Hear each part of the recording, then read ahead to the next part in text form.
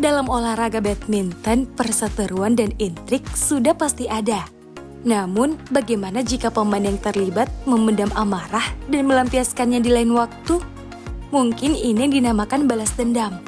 Nah, di video kali ini, Anin udah ngerangkum deretan perseteruan dan balas dendam dalam badminton.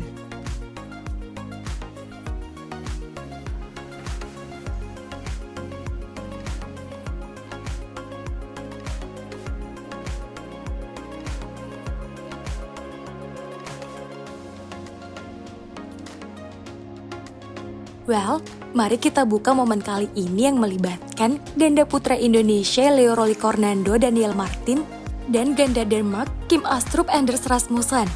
Cerita kedua pasangan berawal di round 16 Indonesia Open 2022. Laga yang ditentukan lewat 3 game ini sukses dimenangkan ganda Denmark. Aksi solo Kim Astrup di depan net tak mampu dibendung The Babies. Kekalahan ini tentu begitu menyakitkan dong buat The Babies. Apalagi mereka emang tampil di hadapan pendukung sendiri. Dan sebenarnya semua berjalan normal-normal saja. Hingga pada akhirnya Anders Rasmussen bertingkah sesaat setelah mengalahkan Leo Daniel. Ia langsung melakukan selebrasi khasnya dengan gerakan breakdance. Dan siapa sangka, hal ini begitu membekas di benak Leo Rolikornando. Buktinya, saat kembali bertemu di round 32 Denmark Open 2022, Leo menganggap ini adalah waktu yang tepat untuk balas dendam. Apalagi Astrup Rasmussen yang menjadi tuan rumah kali ini. Dan benar saja, pasca Leo menutup laga dengan return serve-nya, ia langsung membalas goyangan Rasmussen beberapa bulan sebelumnya di Indonesia Open 2022. Gimana Sobat BP? Ada lawan? Bibit tengil lagi nih di ganda putra.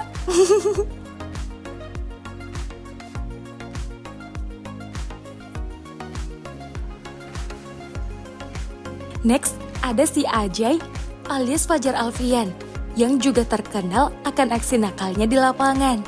Dan tahu nggak Sobat BP?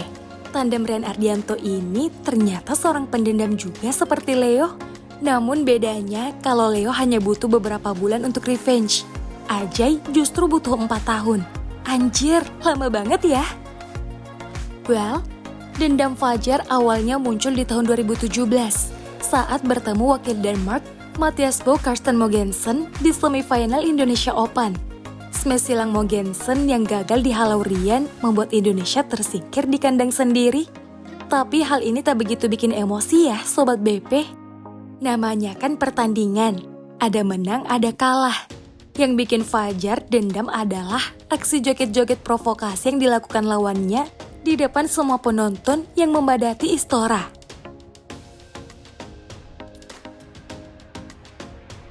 Sontak saja, tanya Fajarian, badminton lovers tanah air pun ramai menghujat Mathias Bo kala itu. Well, 4 tahun berselang, Fajarian menjadi salah satu wakil Indonesia di ajang Thomas Cup 2021. Yang dihelat di Aarhus, Denmark. Dan ibarat berjodoh, Indonesia akhirnya bertemu Denmark di semifinal. Merasa mendapat kesempatan untuk balas dendam, Fajar termotivasi untuk menang. Ya meskipun lawannya bukan Mathias Bo ya Sobat BP, melainkan Mathias Christiansen Frederik Sogard. Tapi ya namanya juga tuan rumah, jadinya Fajar menjadikan ganda Denmark ini sebagai korban selebrasi balas dendamnya. Lihat aja, aksi Fajar ini saat sukses menutup laga dengan smash kerasnya.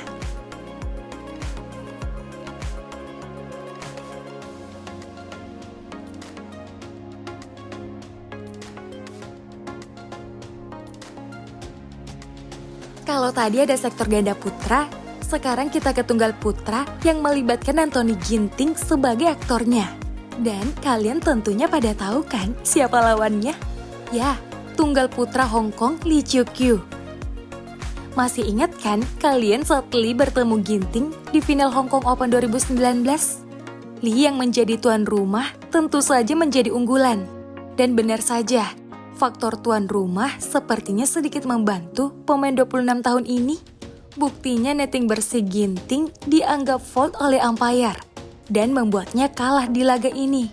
Meski sempat melakukan protes, usaha Ginting ini tak menjadi berarti.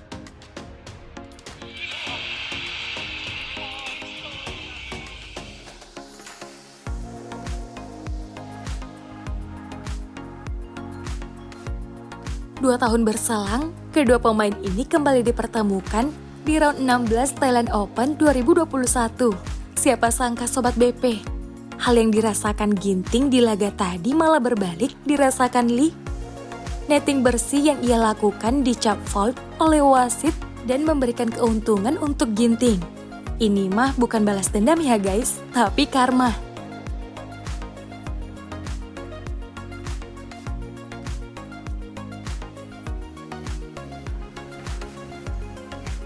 Dan bedanya dengan tahun 2019 tadi, meski dirugikan wasit, Lee tetap menang di laga ini.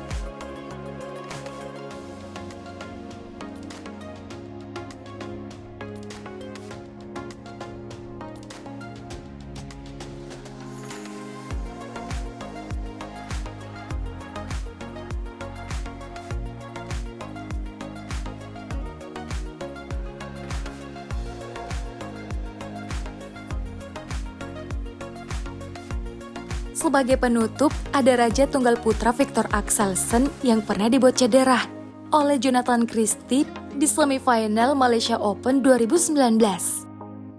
Tak tanggung-tanggung, Axelsen kena tikung 11 poin beruntun di game ketiga. Fisik yang terkuras dan kesalahan pijakan membuat Papa Vega ini pincang. Meski begitu, ia tetap memaksakan diri dan memaksakan laga demi menghormati lawannya.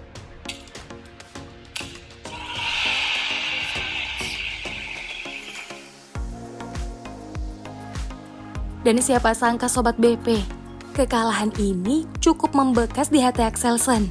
Dan barulah 3 tahun berselang, ia bisa membuktikan ke Jojo kalau fisiknya yang sekarang lebih tahan dari yang dulu.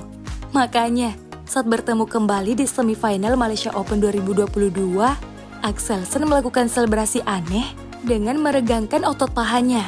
Belakangan baru terbongkar kalau ternyata selebrasi ini dilakukan untuk menyinggung Jojo 2019 silam. Ada-ada aja ya Sobat BP, pakai balas dendam segala.